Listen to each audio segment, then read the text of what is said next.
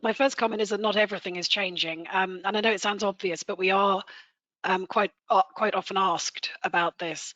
Um, Many of our products, so many of you have Agremont certificates, that is unaffected. It's completely outside of the CPR regime. So Agremont certification remains the same, its recognition remains the same. The same is true of our regular accredited testing and inspection activities. They're covered by UKCA, which is still a signatory to all of the international mutual recognition schemes. So the only things affected are the CPR activities. So UKCA marking, the reason it's so complicated is that what you need to do depends on so many factors. So the nation that you're based in and the markets you sell into, whether you're using a harmonized standard route or an ETA, what your AVCP level is, whether you currently have your third-party conformity tasks carried out by UK or EU body, where your ETA was issued, whether it's an existing product or a new product, whether it's changed. So you end up, once you multiply up all these factors, most people end up being in slightly different situations, but I've tried to cover what I can. I've snuck in a couple of extra questions that weren't actually asked beforehand because I felt that they were naturally going to come up. The UKCA marking rules are covered by the construction products regulation that's been adopted as the UK CPR. On the 1st of January 2021, the construction products amendments regulations come in, and that's most of it is to change EU or CE with the letters UK, but there are some other updates. But what you should read the amended version as being is the section at the bottom: the UK marking shall be affixed visibly, legibly and indelibly to the construction product or to a label attached to it. Where this is not possible or not warranted on account of the nature of the product, it shall be affixed to the packaging or to the accompanying documents. So that's the physical rule for the UKCA marking. So there were a number of questions that came in on practical elements of UKCA marking. So does it have to be on the roll of membrane or on its wrapping? And again, it should be on the product unless the size or nature of the product makes this impossible.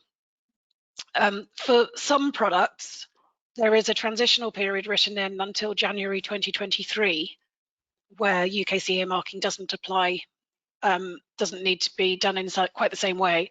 But for construction products, because the CPR already covers how it should be marked and already allows indirect application, so it already allows application of the mark to packaging or documentation, that transitional period does not apply, so already covered.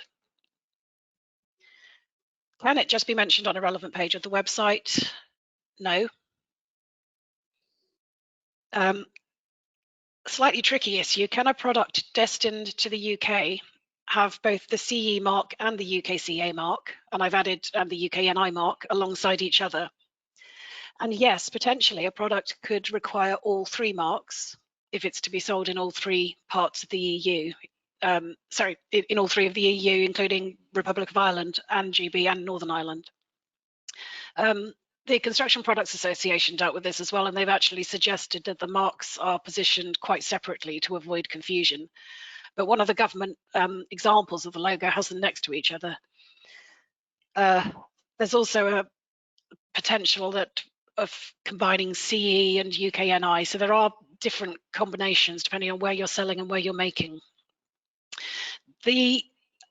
One of the items of debate over this issue is that the CPR itself, in Article 4.2 about the Declaration of Performance, and then Article 8.3, that says that CE mark only marked to attest conformity with the essential characteristics declared on the DOP against the harmonised standard or against the ETA, the EAD.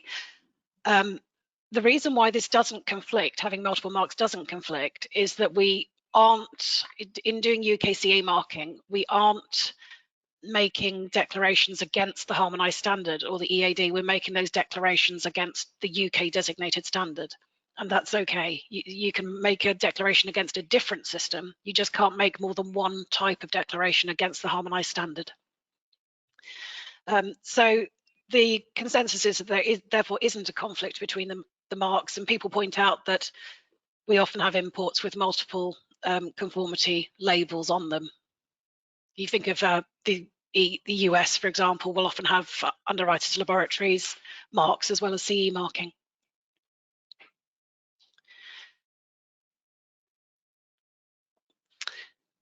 So for those who manufacture in the UK and sell the same product to the EU, Northern Ireland and the UK in regards to what marking we could use and whether we have to have different notified bodies for the CE and UKCA marks. So yes, in this situation, you could end up having all three of the marks. So CE for Ireland, UKNI for Northern Ireland, and UKCA for the GB market. UKNI and UKCA marks require that third-party assessment activities are carried out by a UK approval body, and CA marking assessment activities need to be carried out by an EU approval body. What we're hoping is that wherever possible, we're going to be able to work with the EU bodies so that you're not having to double up on activities. So, for example, we have some people where we're hoping to be able to carry out a single inspection to represent, which would be accepted by both bodies. I added this because it's how is the situation different for companies based in Northern Ireland? The fact that Northern Ireland was going to be different was first covered by a special set of rules, and that was in the withdrawal agreement from last autumn. It set up the Northern Ireland Protocol, and that was where the UKNI mark was first mentioned, although we didn't get details about it until this summer, really. The companies who are based in Northern Ireland are in the unique position that they can actually choose whether they CE mark or UKCA mark. And there's also the potential that a UK approval body could actually mark a Northern Ireland product with the CE UKNI combined mark. Now, we had hoped that by now we'd have further details. There was some information expected in mid-October. It hasn't come out yet, but as soon as we have further information, we can share it. I know that some of the members of these groups are based in Northern Ireland, and we will update our information for Northern Ireland as soon as we have it. But it is very, very confusing. The permutations for Northern Ireland are particularly difficult. Will the BBA keep the same notified body number, was asked. Originally, the UK government had said that they intended for us to keep the same number. They've now said that we will keep the same number. So we're 0836. We're not absolutely sure what the exact syntax will be. We think it'll be UKNB 0836 or NB UK 0836, but we're not certain yet. As soon as we get confirmation of what the exact syntax is, we will of course let everybody know in case you need to update labels or packaging. We're going to have the equivalent, the NANDO database is where all of the European notified bodies and tabs have their notification scopes. We are going to disappear from the NANDO database, which is hosted at Europa, but we will then simultaneously appear on the UK version of the database.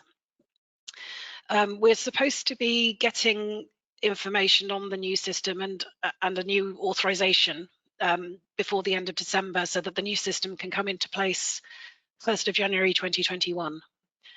We will be transferring both as a UK notified body and as a UK technical assessment body. Somebody asked, will the UK version of the CPR be up and running by the end of 2020? Yes, essentially the legislation is already in place. So the CPR UK is adopted as a regulation, and then that amendment bill that I mentioned earlier, that will come into force. It's been through both houses, it's ready to go. It comes into force on the 1st of January, and that's the one that changes the current CPR into the UK version with the various edits on the way through. If a harmonised standard changes, will the UK automatically follow the changes in the UK designated standards? No. I've made a comment. I mean, everybody understands the convenience and the sense in keeping the standards parallel as much as possible. But it is likely that EU and UK standards will diverge. We're expecting that the UK will still be involved with SEN and SENELEC and with inputting standards to the EU. But it is likely, particularly with building safety changes, I think we are going to see some divergence. Okay, a couple of people said we have ETAs with the BBA. Will the BBA automatically transfer and reissue those, or do we have to ask? Will there be a cost? Do we end up with two certificates? So the first thing is, if you need to continue to sell on the UK market, you do not have to transfer your ETA into a UKTA. The government have, at one point we thought you might have to, but the government have now advised that existing certificates from UK bodies will be treated as if they were issued under the new UK framework. So you could just take your existing ETA and that will support your UKCA marking. If you wish the BBA to reissue the certificate under the UK notified body number at some point, or under the new system, that's fine. That can be done, but you don't have to do it. The main thing is that for sales to the EU market, for CE marking, you will need to have your ETA copied across to an EU tab by the end of 2021. So what we're intending to do, we're going to give the trade negotiations another week or two, because again, it could be changed depending on what happens in the negotiations. But we'll then be contacting all of our BBA ETA holders during November, probably mid-November, to find out whether they want to convert their ETA to a UKTA, whether they want to transfer or duplicate the technical files to our EU partner tab, or whether they want to do both, or whether they want to do neither. And this decision really is going to depend on what markets you sell into, whether you wish to voluntarily CE or UKCA mark in both markets, and whether you want to have an updated UK certificate. So that'll be a fairly simple question. You'll be emailed, you'll be asked the question, you get back to us, and we'll then kick the process off as necessary. So if you do want your ETA reissued, then we'd expect at the moment that it would only be a nominal fee just to cover the administrative costs of reissuing it. We are expecting that to be pretty much a paper exercise. That's the basis on which we're saying that. If you want it to have an ETA from an EU tab, then we've got arrangements in place. You'd end up being in a contractual arrangement between the EU tab and your company and the BBA as well. So what we would do is prepare your technical file and the evaluation report. We'd copy that across to the EU tab. They'll then check and review it and reissue. So it's not a full assessment because we've already done it. They will just check that they're happy with the file. If you are selling in both markets, then you will end up with two certificates, one from each tab. Similarly, we have FPC certificates with the BBA. How will these be handled? Again, we'll be contacting all FPC certificate holders during November, and we'll be asked whether you need UKCA marking on an ongoing basis, whether you need CE marking on an ongoing basis, or whether you need both. If you only need UKCA marking, again, as with the ETAs, you can use your existing FPC certification to support your UKCA marking. So it doesn't need to be reissued. If you do want it reissued with the UK notified body number, then again, this can be done for just an administrative fee. If you only need, if you only need CE marking, again, we've got a contract with an EU notified body who will accept our previous FPC audits and reissue your FPC certificates under their own notified body status. And if you need both, then essentially we do the two actions above. So the UKCA will be covered by your BBA FPC certificate, either as it is or reissued. and our EU notified body partner will issue a new FPC certificate under their own name. So again, you could end up with 2 FPC certificates. In some cases, many cases, we're hoping that we'll be able to, again, just have the one FPC visit accepted by both bodies.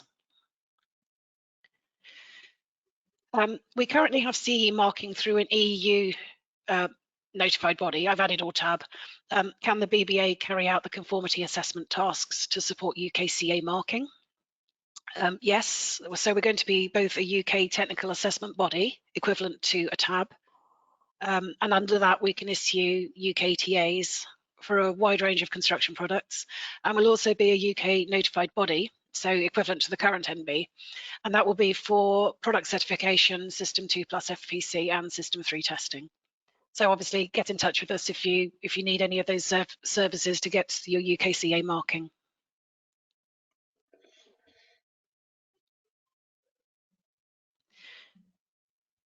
Can we have clarification on what new responsibilities distributors, as opposed to manufacturers or merchants, of EU imported goods will have? And I'm afraid it's not my area, I've just taken the guidance straight from the link.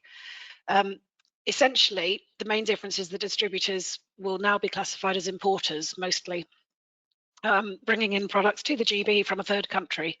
So there are changes and obligations. You've got to take more responsibility for the products and for ensuring that the assessments and AVCP requirements have been carried out, that the correct conformity marking is on there, that the labelling is correct. And continuing that all economic operators need to get advice just to make sure that they understand. And again, it's one of those situations where it's going to depend exactly what your situation is. And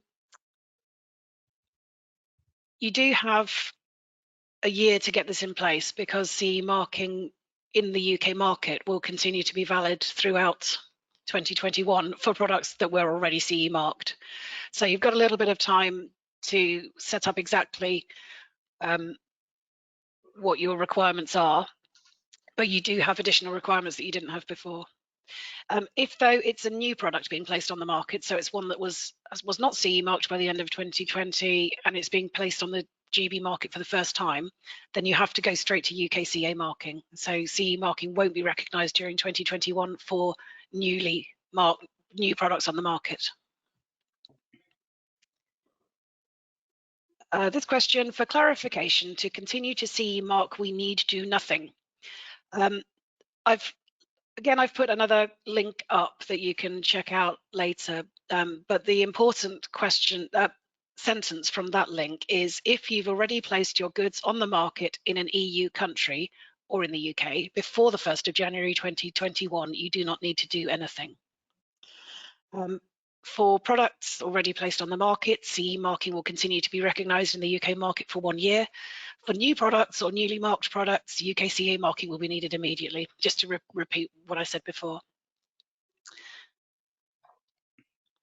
We had a couple of more specific questions about what's going to be required for CA under different VCP systems. We are that.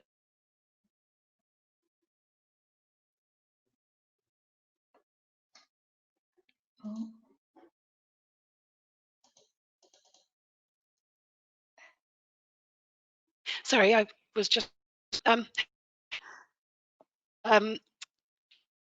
So, except that who carries out the third-party conformity tasks, it's a UK notified body rather than a EU notified body.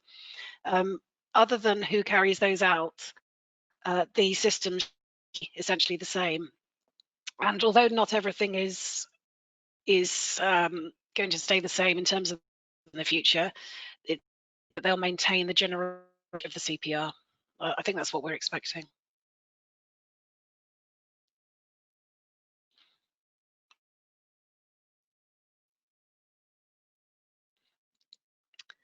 Much longer question than an answer here. Where a UK notified body has carried out tasks or issued certification in relation to the assessment or verification of performance for a product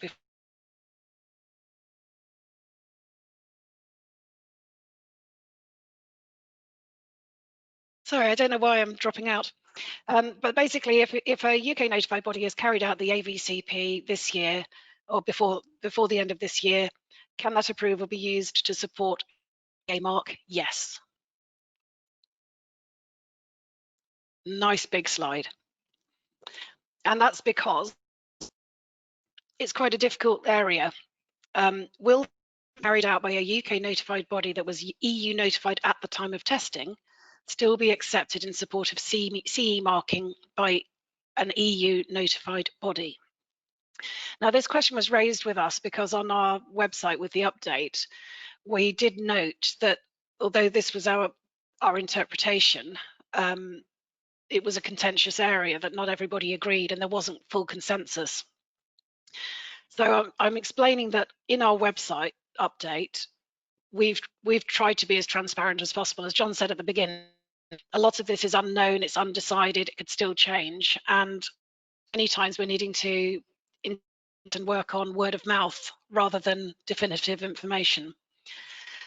So the logic is that if you were notified at the time, there's no reason why your testing should not still be valid.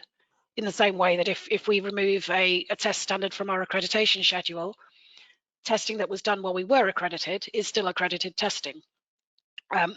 But we know, and we know that there are many other notified bodies around Europe who agree with that and would likewise expect us to accept their tests. But we know that there are other bodies who have said the opposite, that actually no, from January 1st, UK testing reports won't be accepted. MHCLG was certainly claiming that notified work would continue to be mutually acceptable. They said that in emails from some time back. And we also know that both the UK and the EU wish to minimise duplication of effort and costs by the manufacturers. They don't think that companies having to retest everything is either sensible or proportionate. I've spoken to the Construction Products Association about this as well. They raised it as an area of concern in a recent webinar, and they've raised it again since then with the UK government. They will raise it again. They still haven't had a definitive answer. The BBA has also asked the government about it. As soon as we have any new information, we will share it. We continue to put what we think is the fairest or the fairest consensus that we learn, but I'm afraid we don't have a clear answer to this, and not for long. There will be time and capacity issues on both sides of the channel if there isn't a mutual recognition for existing reports.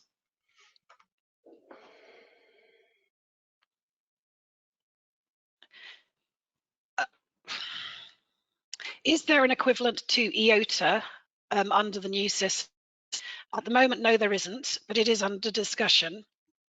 The BBA has been asked to stay as an observer on EOTA, which we've agreed to. We would actually prefer to be more fully involved still, and we've said that. We've also engaged with MHCLG about this, about getting an equivalent to EOTA set up.